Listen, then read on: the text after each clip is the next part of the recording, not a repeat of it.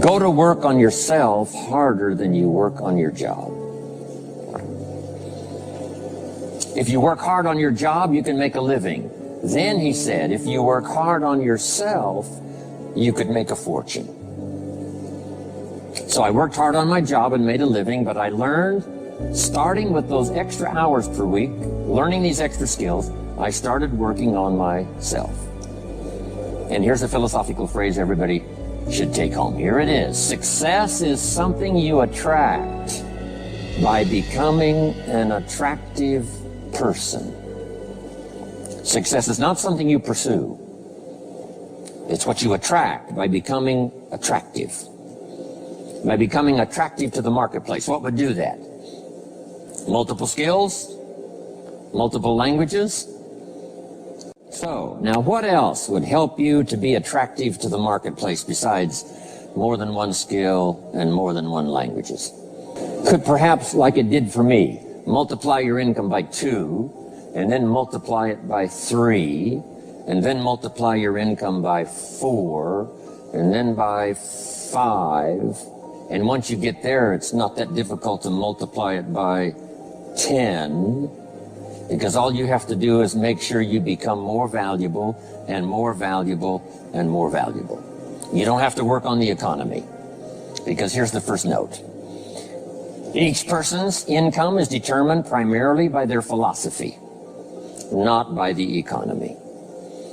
Once I understood that, then I said, well, I don't have to go to work on the economy. And the answer was no. You only have to go to work on yourself to make yourself more valuable. So now here's 5 things I want to share with you. And the first one is your personal philosophy. What could get you more prepared and ready for cashing in on the opportunity of the 21st century? And here's the first one, personal philosophy. Your personal philosophy is like a guidance system that helps you make decisions what to do, what not to do. From the information you get and what you learn and what you know, we decide. Maybe your philosophy would have been 5 years ago never to attend seminars like this. You just didn't go. Now 5 years later, here you are. Something happened along the way to change your mindset, saying, hey, for the money and the time, if I just get one good idea and walk away, it certainly is worth the money and the time. So now that little amendment in your philosophy, you now say, I'm going to regularly go, because it doesn't take but a few ideas to make a great difference in your income, personal life, social life, and all the rest. So now you know that's valuable. A change of mind, a change of idea. So that's what personal philosophy is all about. The more we learn, the more we know, the better we're able to make better decisions about 2 major things. Your philosophical guidance system does 2 things. For your notes, number 1, helps you to see the dangers on one side, so you can avoid those. But here's what else your guidance system does. Personal philosophy helps you to see the opportunities on the other side, so that you can expand those, maximize those. And here's what that's called. The game of life is to minimize the dangers and maximize the opportunities. And the more we know and the more we learn, the more experience we gather in sessions like this, from the sermon on Sunday morning to the books we read and all the rest, helps us to keep continually adjusting our philosophical guidance system so that we minimize more dangers, maximize more opportunities. That's really the game of life. I couldn't put it much more simply. So number 1, we're affected by what we know. Now, how do we know more things and learn more things that'll help us readjust our thinking so we can avoid the dangers, maximize the opportunities? Here's number 1, learn from personal experience. One way to learn to do something right is what? First do it wrong, right? Mess up, and then you say, wow, that was costly. I'm never going to do that again. So one way to learn to do it right, first do it wrong. Sometimes a negative experience turns out finally to be positive. They say if you survive your first heart attack, you may now live to be a very old person. Why is that? Well, that first heart attack, if you survived it, is called a wake-up call. And maybe the doctor said, one more of these and you're history. And you said, wow. And you make it for the health food store. And you start reading every book you can find on good nutrition, how to avoid another one of these heart attacks. And you start jogging and start walking and doing all of the stuff. And this total change of lifestyle could now save your life and cause you to live to be a very old person. Here's what my mentor said, that's some of the best advice I ever got. He said, Mr. Rohn, if you will change, everything will change for you. If you'll start making personal changes, your income will change, your health will change, your future will change, everything will change, if you're willing to start making the changes. So sometimes a negative experience now causes us to really make a sudden shift in our philosophical guidance system that says, hey, I'm never going to let this happen to me again. Fantastic. Now here's the next way to learn, and that is to learn from other people's experiences, whether they are negative or positive. It's too bad failures don't give seminars like this. Wouldn't that be good information? Now, we don't want to pay them, so they don't lecture, but their information would be valuable. If you know a guy that's messed up his life for 40 years, you have to say, John, would you spend a day with me? And I will bring my notebook and take good notes. A good-looking guy like you, beautiful family, every reason to do well, threw it all away. Teach me how for the last 40 years you messed it all up. And he tells you, and you take good notes. Learning from the negative side of someone's experience.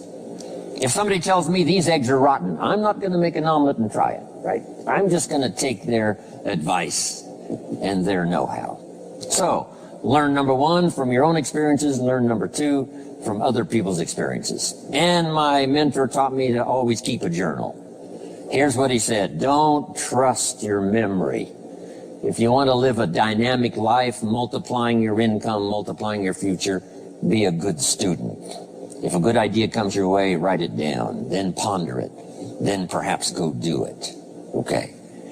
Now, your philosophy comes from what you learn, comes from what you know, comes from other people's experiences. 3 ways now to learn from other people. Here's number one, learn from what you see. One of the great watchwords of these early years of the 21st century, pay attention.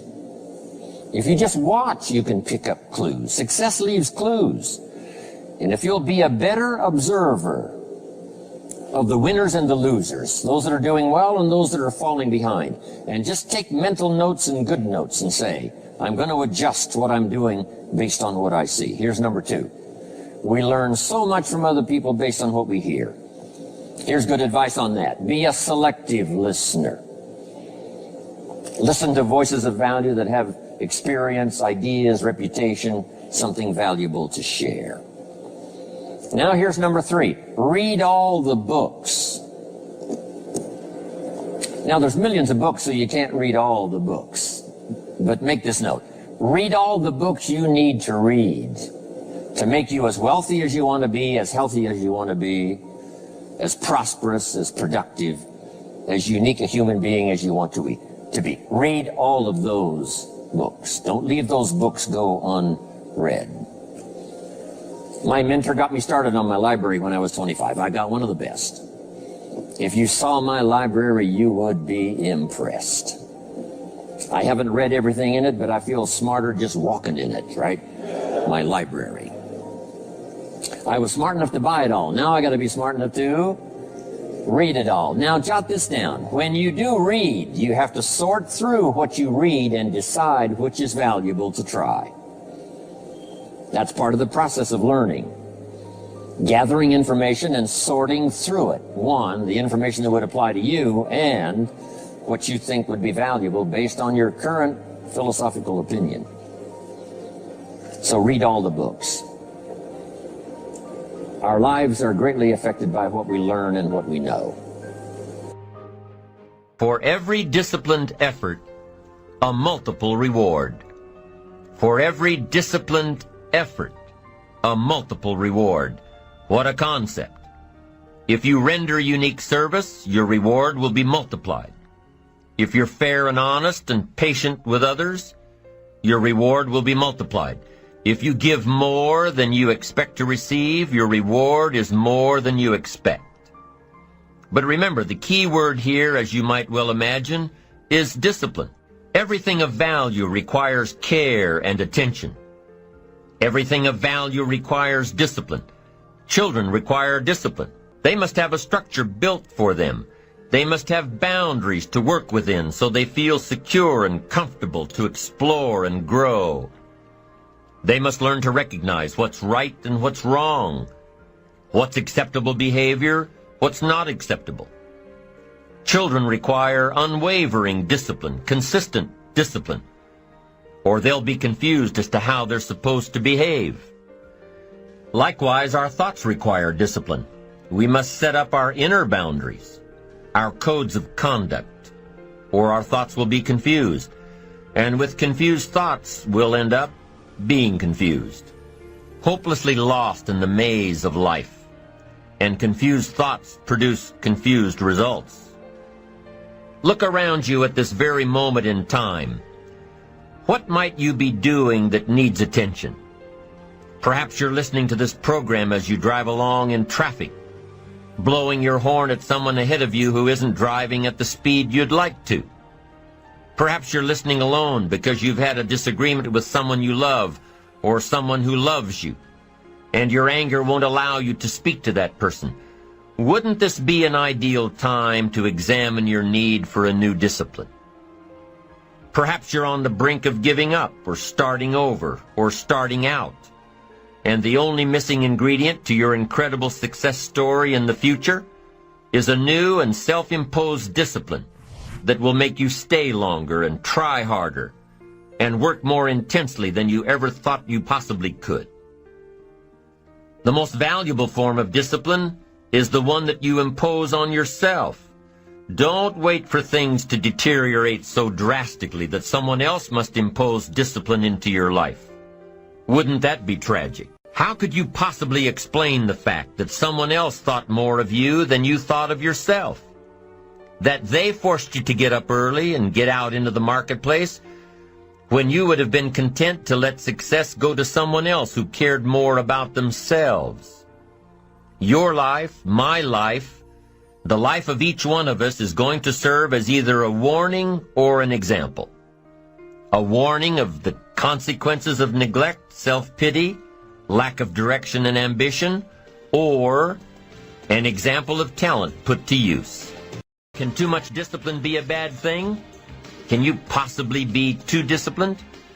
Too much of anything is a bad thing. Life without balance results in an unbalanced life.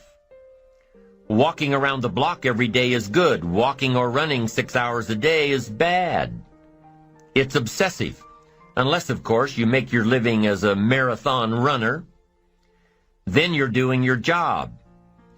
Eating an apple a day is good. Eating only apples is bad. You won't get all the protein and vitamins and nutrients your body needs. Working hard, burning the midnight oil, doing it until is good. Working nonstop, never taking a vacation, never having any fun, never spending quality time with the people you love, working day after day, month after month, never taking a break year after year, is bad. If you've got your nose to the grindstone all the time, how are you ever going to spot new opportunities, consider new ideas? It doesn't work that way. You've got to stop and ponder where you've been and where you're going. You've got to reflect so you know if you're even on the right track. Everyone has heard the story of Willie Loman in the play Death of a Salesman. Willie was a workaholic. He typified the old-fashioned concept of success. After all, if you're always working, you must be successful. No, it doesn't work that way.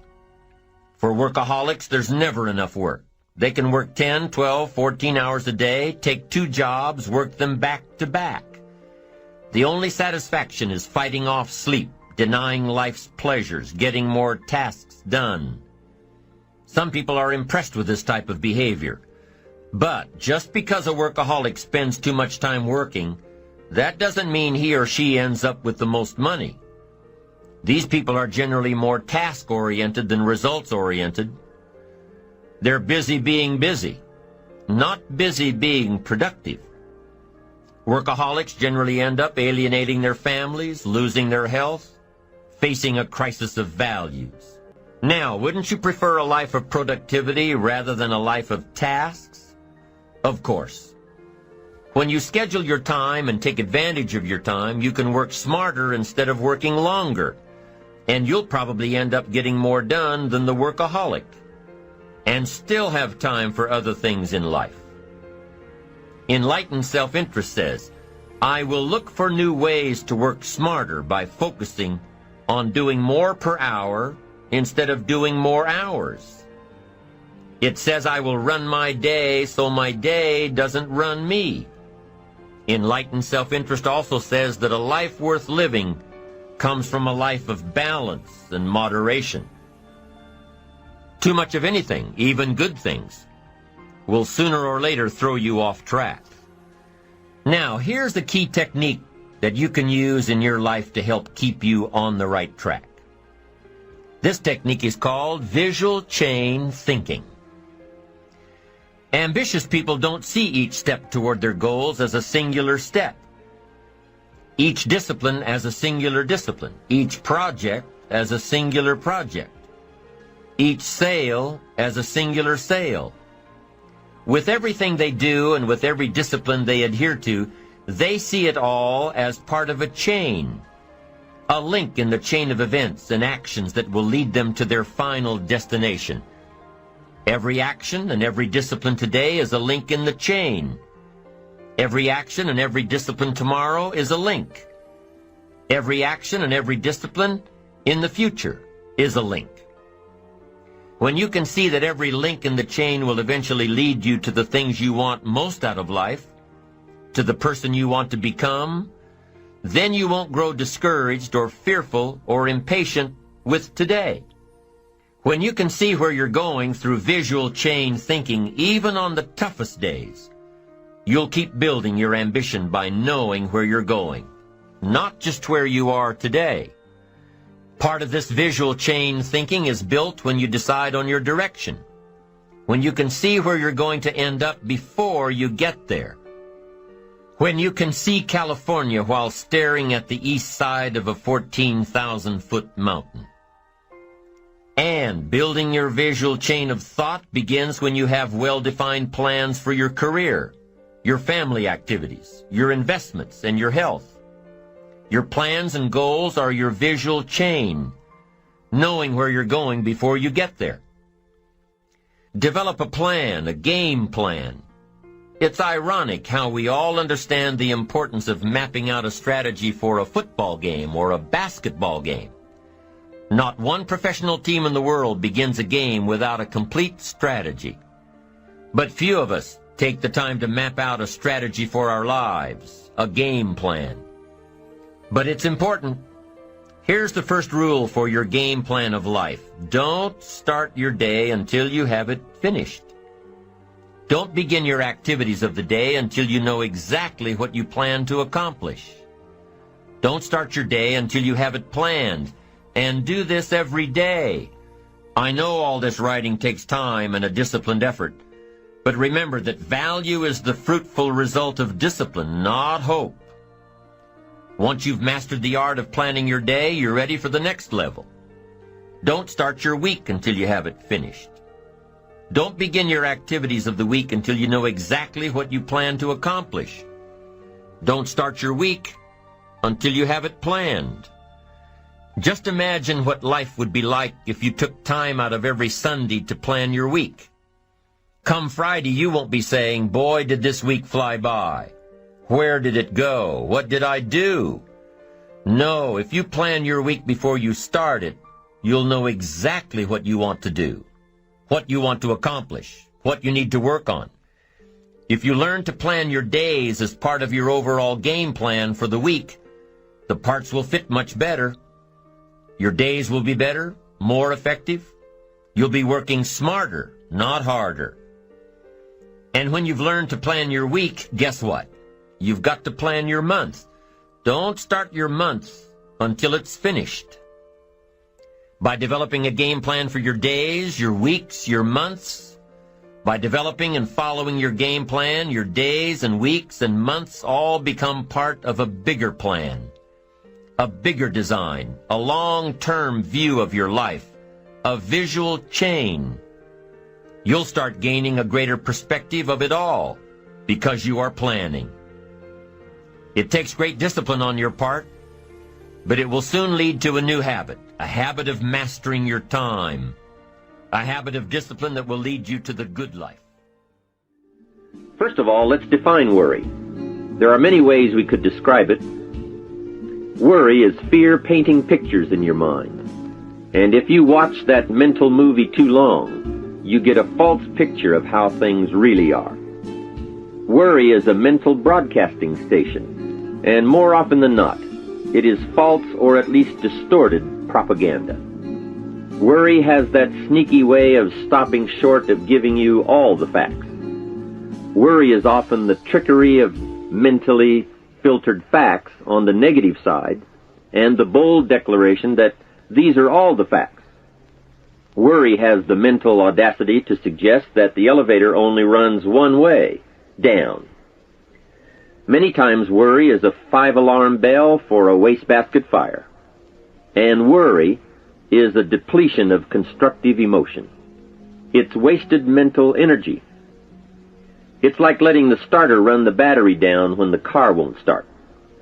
And worry is most often a lack of all the facts, a lack of full understanding, a lack of total information, and an unpreparedness of ability, knowledge, talent, courage, faith, and all the other virtues. That should give us a better definition of worry, and remember, left unchecked, it can become like a mad dog loose in the house, and the sorrow and pain and regret is too large a price to pay not to do something about it, and to do it now. You see, if you contemplated the total sum of human suffering long enough, it would drive you mad. You must understand how life is. Human suffering, man's inhumanity to man, war, disease, poverty. But it must be in what I call its rightful ratio of your mental and emotional time. So much for what worry is. The next question is, what can I do about it? What is the first step? My best advice on this is to first recognize worry for what it is, admit what it does, and then decide you now want to be free. It first starts with decision on your part. And may I add, well, you should decide. Why let worry continue to take money out of your pocket and bank account? Why let worry any longer keep you from becoming all you can be? Why let it rob you of better friendships, better business, better profits, better results, better communication, better family relations? Why impose your worry on others any longer? It's a burden you can get rid of and a monkey you can get off your back. Why not be rid of those sinking, nagging feelings that all is not going to be well, that you can't do it, that it won't work out for the best? Worry is undue concern that takes up too much of your mental and emotional time. Now, we must all be concerned. Hey, life is no joke except to the jokers. Life and how to live it is a serious matter. It is risky, full of peril, and there are constant threats to the good we want and to the pursuit of happiness. However, it is undue concern, or concern that takes up too much mental time, that begins the harm. It's like a family planning a wonderful trip. While they certainly should be concerned about the condition of the car, the tires, and making sure they pick the proper route, it would be foolish to allow themselves to be completely turned negative with the thought that they might crash and kill the entire family. If that were the case, even if they went, the entire trip would be turned into one nightmare of fear with the specter of chaos looming around every curve, rather than enjoying the wonderful trip they had planned for themselves and their family. A lot of people do that with their entire life. So, start to make these declarations. And if you mean it, they will start you on your way to confidence and adventure, free of the worry habit. Say first, I've had it with worry. I'm tired of being beaten down and hassled with all those negative mental pictures. I refuse to be tricked by false facts. I'm really not that weak. Never again do I want those sick feelings inside, those mental false alarms. I'm tired of the drain on my resources. I'm tired of the embarrassment of the lack of confidence. I don't want people, especially my family, to see me in this state anymore. I've got more to offer. I refuse to let my life be short-circuited any longer by letting my mind run wild with a distorted view of the facts, whether I bring it up or if it comes from someone else. Prove it to yourself. Think back over all the things that you worried about, all the fantastic, catastrophic events that your well-meaning advisors had told you were going to happen. Be pleased that none of them ever happened to you, or else you would not be alive today. 90% of the things you worry about never happen anyway. All of us have had these well-meaning advisors who want to appear larger in the eyes of those they wish to advise, and who immediately rear back and describe every single bad option they can think of that might possibly happen. By the time they have finished, the one who has come for some confidence and some help wonders why he even bothers to live anymore. And the fact is, those things are never really going to happen anyway. Bring to question now what your mind tells you or what others tell you, and pledge not to go for false alarms. I've had it is a good beginning. This first step will start you arguing with your worry thoughts. Soon you will start to examine your fears and worries to see if they are valid, and you won't let your mind play those mental tricks any longer. It is possible to destroy any emotion you have, including worry and fear, by a very simple process, and that is, analyze it to death. Drag it out on the table and look at it. Weigh it against all of your past experiences. Make sure this one can stand against all the past facts you have. You will now start to use worry instead of letting worry use you. It's a beginning, being in control instead of out of control. You will now let concern and the first signs of worry prompt you to learn, ask questions, and look at all sides in order to evaluate true, positive, constructive action. Now you can say, I will let fear advise me of the facts, but I won't let fear tell me these are all the facts. Nor will I let fear determine my reaction to the facts. I will gladly take up the war of faith over doubt, reason over fear, and positive expectation over worry. So talk to yourself right now into a change of attitude. Be persuasive. Go all out. Show yourself the hell if you don't, and the good life of answers and progress if you do. Say to yourself, what a fantastic feeling it must be to stop the panic drain on my mental energy, emotion, and physical strength. Imagine putting all that saved energy and emotion and strength into my action plans for the good life. Hey, accept the challenge. Believe your beliefs, doubt your doubts, stay on the campaign to give worry a bad time. Like being your own conscientious judge, say, I've had it with the presentation of a one-sided story. I sustain the objection that worry has failed to bring out all the facts. I despise these mental courtroom maneuvers that try to belittle my client, me. I demand the whole truth, and if worry will not be silent, I may cite him for contempt of the court of reason. Call up that scene often when worry wants to hassle you with the same old tricks and the same old results. It will work every time. Okay, let's move on to some really positive steps. If you can survive all that has happened to you up to this moment in your life, in spite of doing and thinking many of the wrong things, imagine how you can succeed by now starting to do some of the right things. First, the best answer to worry is confidence, and confidence starts first with awareness. Here is one of the most important lessons in life to learn.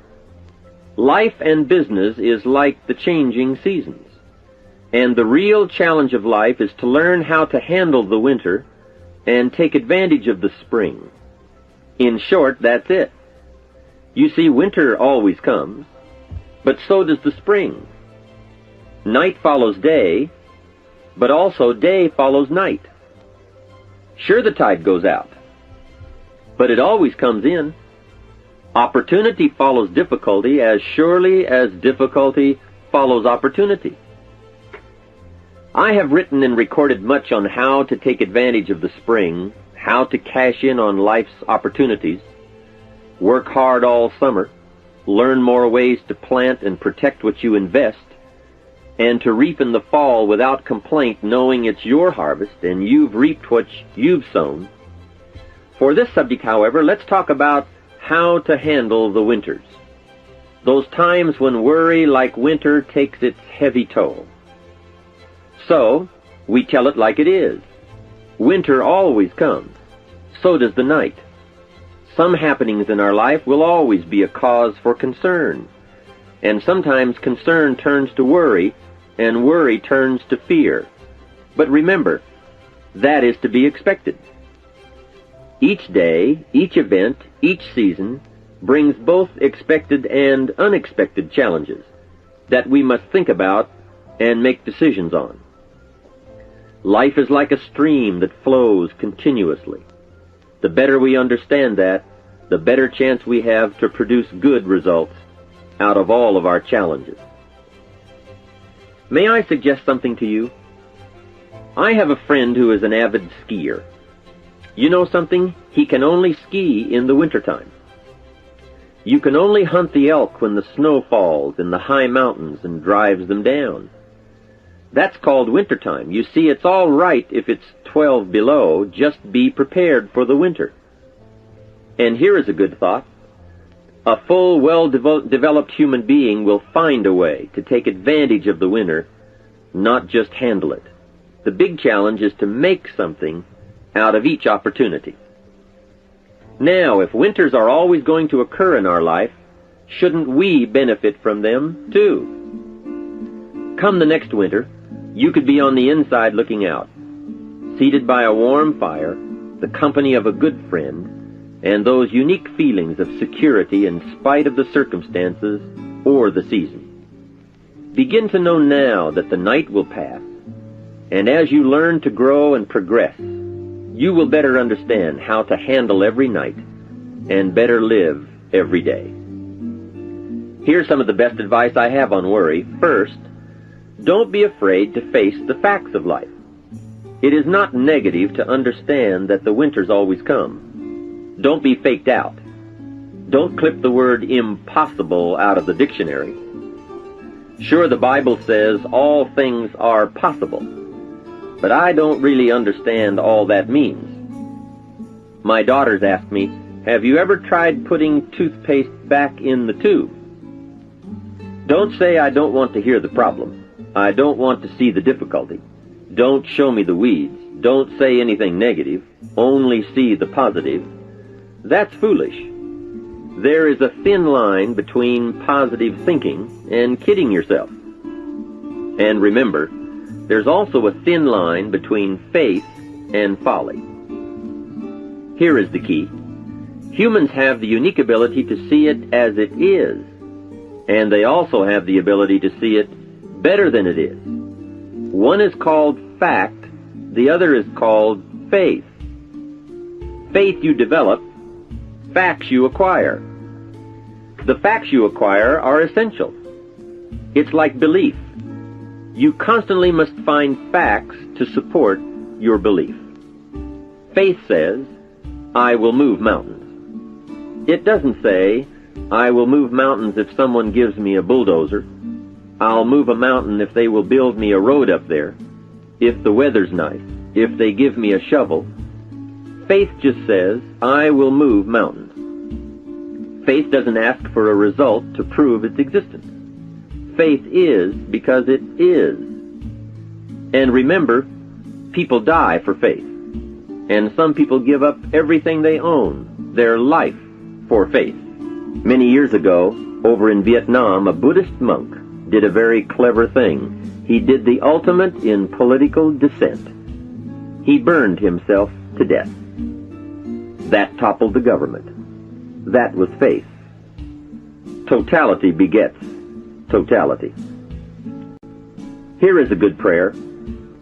Help me to see it as it is, and help me to see it better than it is, and then inspire me to act. Facts and faith and action. What a combination for personal progress. And action puts fear to flight. An Old Testament phrase says, watch the ants, you sluggard. Consider their ways and be wise. Not a bad suggestion. The study of ants. What do they do in the summer to prepare for the winter? That's a lesson in life and survival. Happiness, wealth, peace, security, success, safety, friendship, reward, results, and all human achievement comes from a growing ability to understand and handle the changing seasons. And so we come right back to the theme of our entire enterprise, self-development. Learn to work harder on yourself than anything else. The key to all success in economics or mental health is self-development. It will all change for the better when you change for the better. It's what you become that really counts. And you are the only variable. So a good statement is, you can't be all positive. You can't be all confident. You can't be all faith. But confidence and faith and courage and inspiration can dominate worry and fear. Physical and emotional forces are always at work, and something will win and conquer. Make sure you give yourself the best chance to get mental and emotional domination over all of your challenges. And here is one of the master keys to the good life. Developing the intelligence and accepting the challenge of putting all of your emotional experience into their rightful ratio. Beginning this progress can bring about the most dramatic changes. You see, disappointment is like winter. It always comes.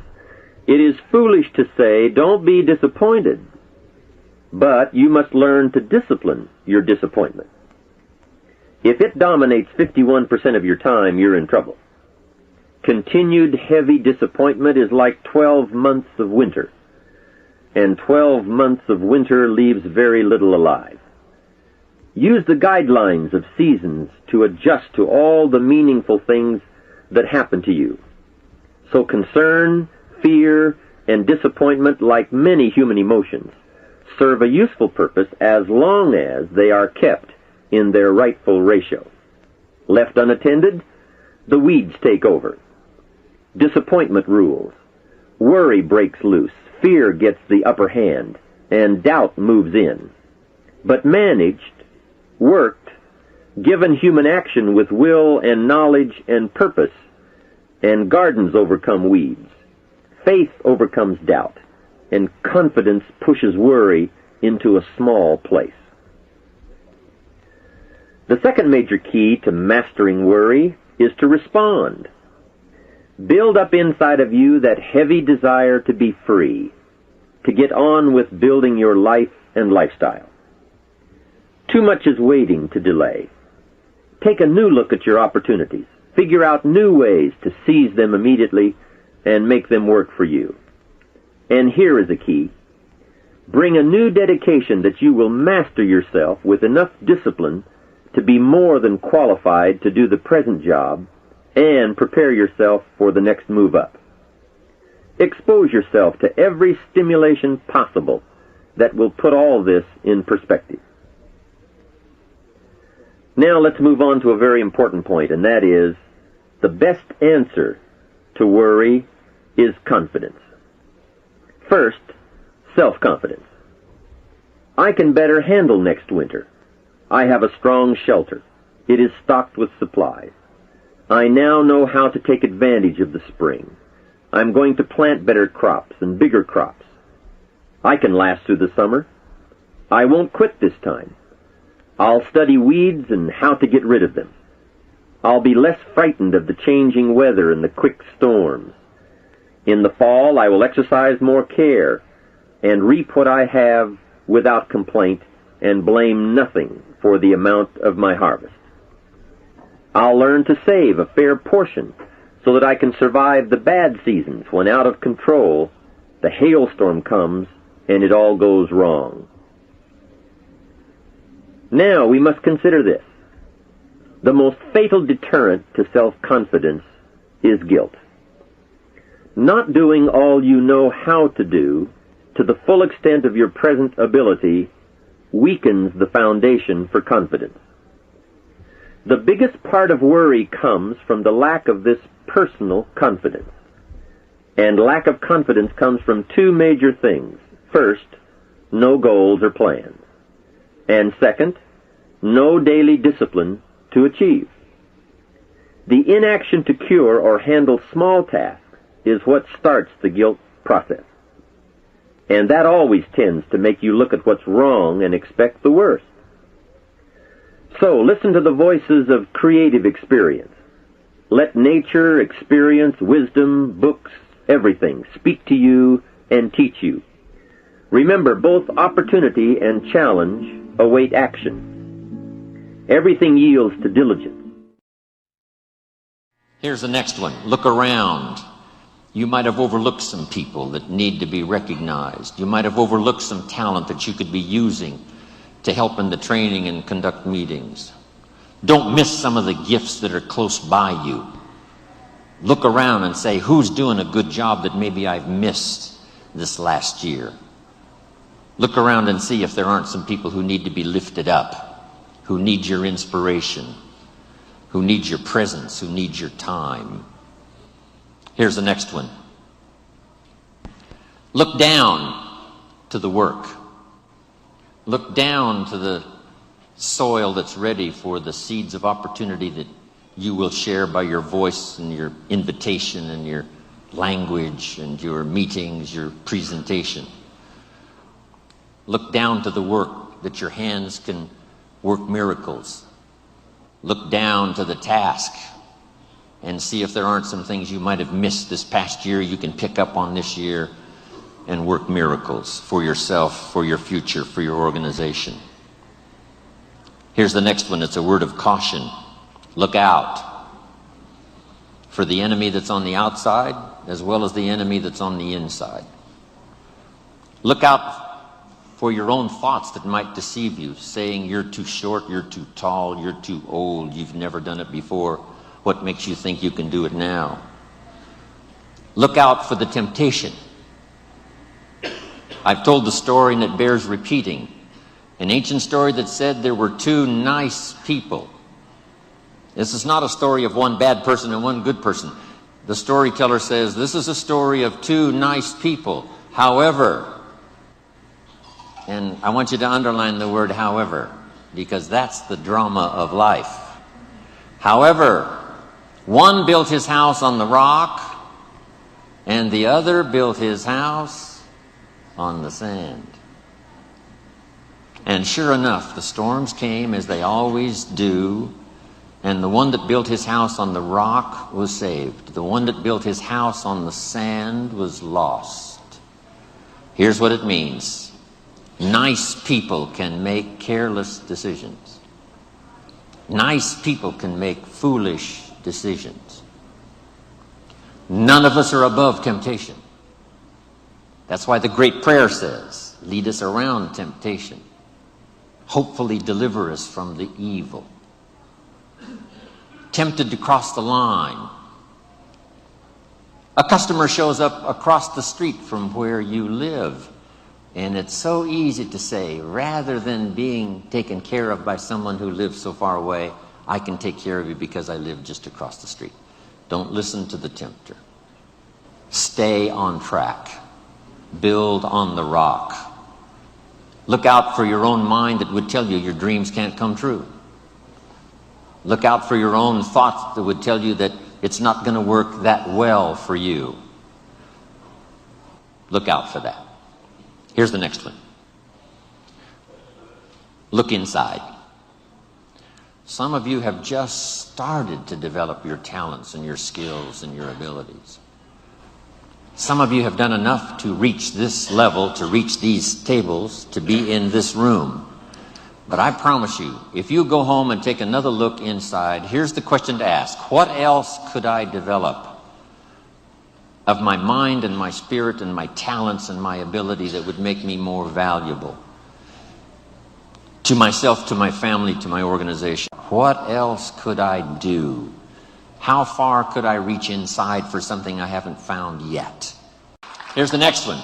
Look up to the God that made us all, to a higher power that's still within reach. Draw on that spiritual part of human existence and human life. It'll work miracles. Once in a while I get a letter. Guess what it says? Dear Mr. Rohn, while you travel the world, please remember, we pray for you. I thought, wow.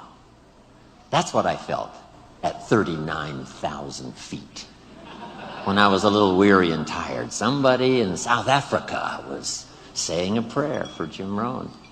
All of that unseen miracle stuff that we all touch at times in our lives. I'm asking you to look up and draw on that experience, that comfort, that uniqueness that makes us who we are. There's nothing you can do about the past, but you can do a great deal about your future. You don't have to be the same person you were yesterday. You can make changes in your life, absolutely startling changes, in a fairly short period of time. You can make changes you can't even conceive of now. If you give yourself a chance, your abilities will grow. You have untapped talents and potential that you haven't even reached for yet. And as time goes on, you'll be able to reach deeper and deeper. The first thing you'll know, you'll be able to do things you never thought you could do. You'll be able to handle things you never thought you could handle. You'll have ideas.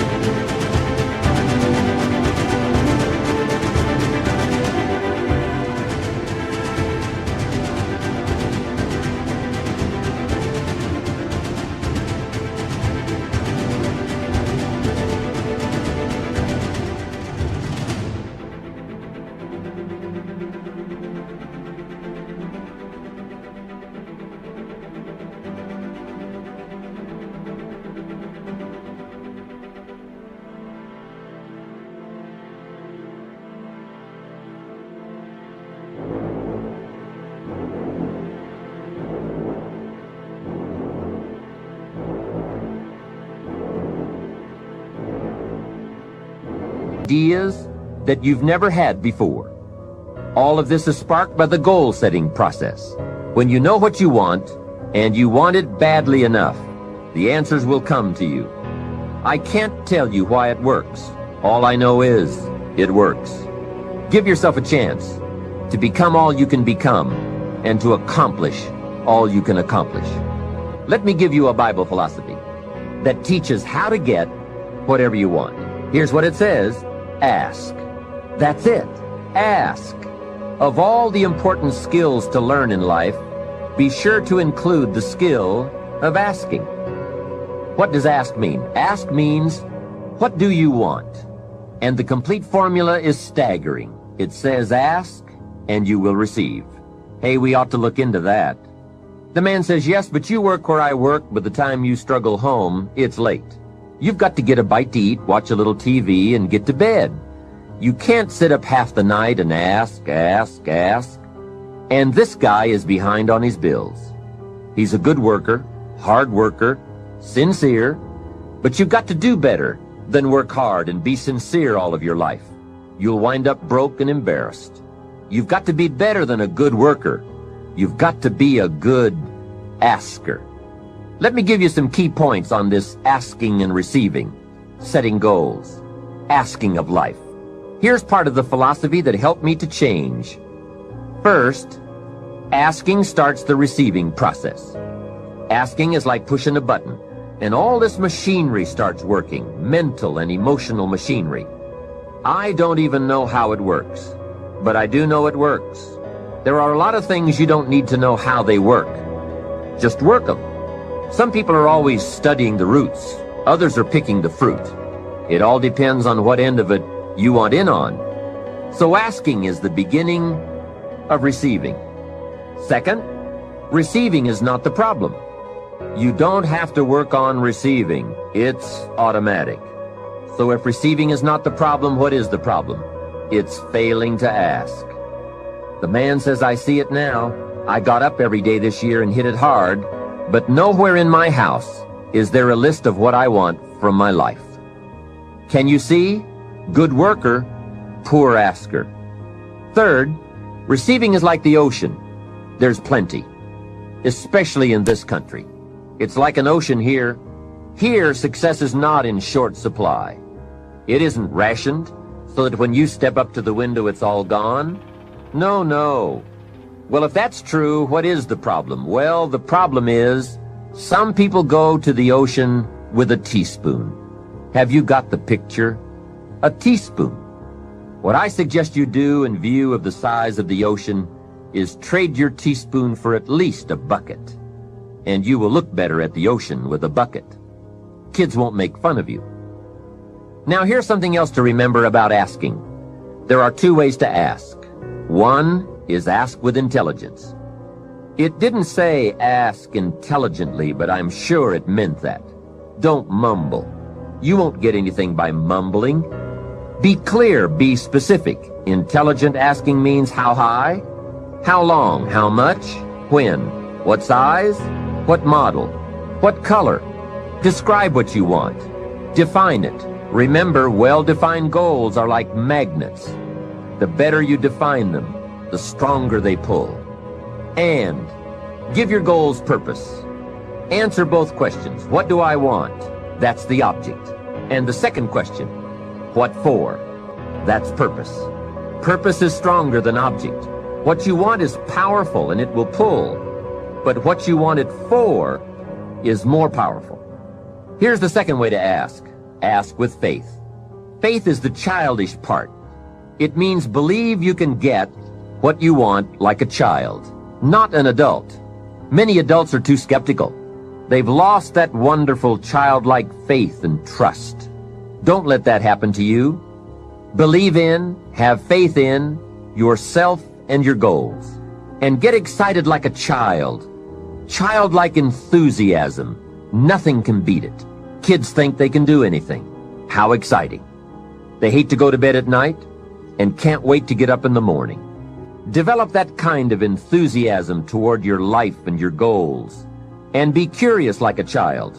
Kids can ask 1,000 questions. Just when you think they're finished, they come up with 1,000 more. They'll drive you to the brink. But it's really a virtue. Have plenty of curiosity. Ask questions. That's how you learn.